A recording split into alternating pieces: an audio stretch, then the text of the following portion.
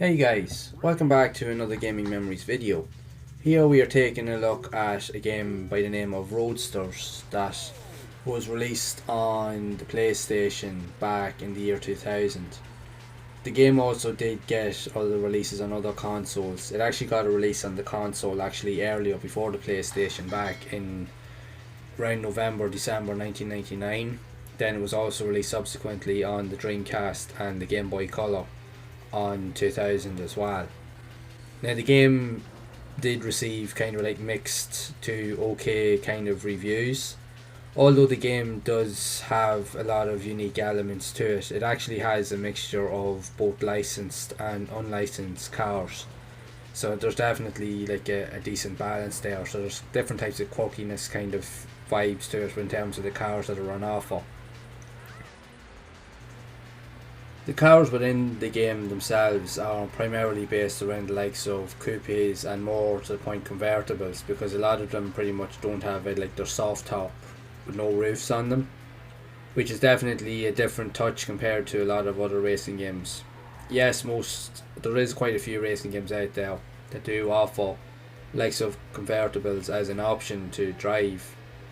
A lot of people actually don't really use them as such, but this game primarily focuses on that. The only other game that I really seen that primarily focused on just kind of more so convertible style cars was Porsche Challenge. I actually have done a previous video on Porsche Challenge. I'll make sure to leave a link down in the description so you can check it out. It has a similar kind of aesthetic to it in terms of that the cars are available. They're all kind of like genuine sports cars, and again from different brands and so forth. As you can see here on the screen, like you do also have access to like a load of different characters. They don't really do much as such in terms of the ability to drive. That just you can choose them and you can change the names. But as you can see here, you do have access to a load of pretty cool looking kind of like convertible style cars. Pretty much anything from like a Porsche to like of Mercedes and so forth. But again, they don't have the official names. But you do have some branded names there, like you've got Fiat and you have like some Mitsubishi and so forth that's there. So it kind of is a mixed bag in terms of what is actually on offer. Now the game itself is actually an okay title. Graphically it's actually very good. The graphics are actually well laid out. They're very bright and vibrant. But the game itself, the game mechanics, even though the cars do handle okay, the handling itself is probably definitely one of the weak points of the game, because the handling can be very very twitchy and very fiddly, and it's very very easy to just bounce into a wall and completely slow down your progress, and it's very very hard to get past the computer AI opponents because they're always pretty much on top of you, and the second you make a mistake at all they're literally just zipping past you the whole time, and it's very very hard to keep up with them. And if you start to fall a few paces behind or a few places behind on the track, chances are you'll actually lose the race and you won't ever be able to catch up in first place. Primarily what actually happens, as you can see here on the map, whoever's usually in first place is usually nearly always half a lap ahead of you before you even gotten started, so it's very very hard for you to catch up. It's like, it is a decent game, but it's a very very difficult game. From my time actually playing it, I know that the game did get mixed reviews for similar kind of vibes based on the likes of even the Dreamcast version as well. Even though graphically it would have been superior, it was still also a difficult title. If I remember from reading reviews and stuff on it. Now the game actually sold quite well, so it did on all formats, and it was very easy to get access to the game. I do remember when you're going into the likes of the game stores and so forth over the years, there was always like kind of like copies that were available like on the shelves, so people were obviously buying it to a certain degree. So I think it's because of the fact is with the cars and stuff that were on offer. Like graphically it is actually a very good looking title. It's just there is certain features on it that do kind of let it down, but it is worth a playthrough. Like you will have a bit of fun with it. As long as you can get used to mastering the game and mastering the controls, there is definitely a little bit of fun to be had here. It has kind of like a similar vibe to the likes of Need for Speed, more so the likes of the earlier kind of Need for Speed titles, mainly like even like say Need for Speed like 2 and even more so 3, but again it wouldn't be as refined as 3, because Need for Speed 3 is definitely one of the best racing titles on the PlayStation period, and it's one of the best Need for Speed games of all time. So it definitely, this here, even though it's not a direct comparison, graphically it is very good, but gameplay wise it would definitely not be as good as Need for Speed in that sense, because it is quite difficult. But again, there's some really decent tracks on offer. Again, the graphics are really really nice. Even the graphics in the environments, you can see like long into the distance as well, and it actually does look really really good.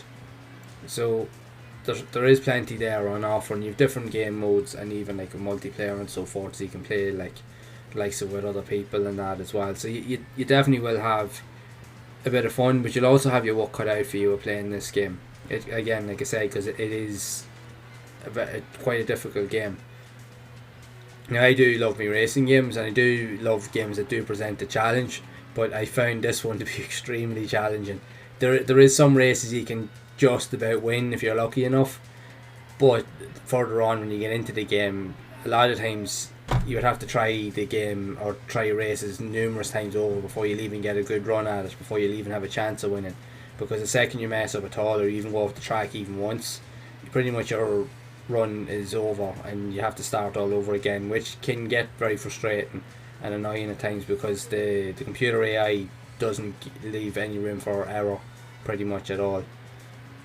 But aside from all that, like, it's not to try and put you off the game, it's just from my experiences of that I've played it. But I'm sure that other people would think differently, and they probably did enjoy it, because it does have its really unique features. I do love the cars that are on offer. Graphically it's very very good. It's definitely one of the better looking racing games on the platform. The graphics are really like bright, vibrant and very shiny, and it does offer what it offers, like in terms of the amount of cars and tracks that are available, so there is plenty there. Again, it just comparing it to other games, there are other games that probably are a bit more easier to pick up and play compared to this.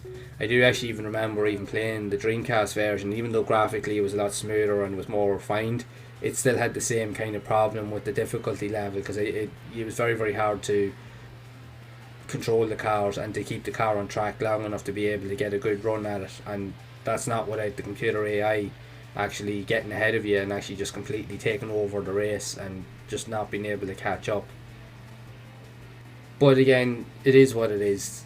Not every game can be as refined, say like Gran Turismo or even Need for Speed. They all have their own quirks, they have their own flaws, but it is what you make of it at the end of the day. Like it honestly, even though it did get mixed reviews, it's still a decent title. It's still worth actually enjoying, and if you like the aesthetics, like the visual aesthetics, and even for the selection of cars that are available in the game, that in itself is definitely worthwhile giving it a go, and especially if you just genuinely like racing games, which I do. So it's, for me, it's a no-brainer to actually try it out, and I'm sure that some of you guys out there will actually have a bit of fun with it as well. So if you are in the market for something just to play, something that's a little bit different, a bit quirky, but again, if you do like a bit more of a challenge, this may be more of a suitable title for you. But if you're looking for something easier, I will recommend, you probably would be better off maybe looking elsewhere. But it's totally up to you. It's totally up to your preference. But I'd love to know what your thoughts are of this game, and what did you think of it? Did you find it as difficult as I did, or did you manage to master it? Be sure to share your thoughts down in the comments below. So if you have enjoyed this video, make sure to leave a like. Also be sure to subscribe to the channel and hit the bell icon to be updated whenever I release future content, and also feel free to share the video, as I am going to be exploring a lot more of these quirky and unique style classic games, and even difficult games as well, on the PlayStation, and sharing my thoughts and experiences with everyone. So as always, make sure to keep playing those classic games and enjoying them, and keep those gaming memories alive.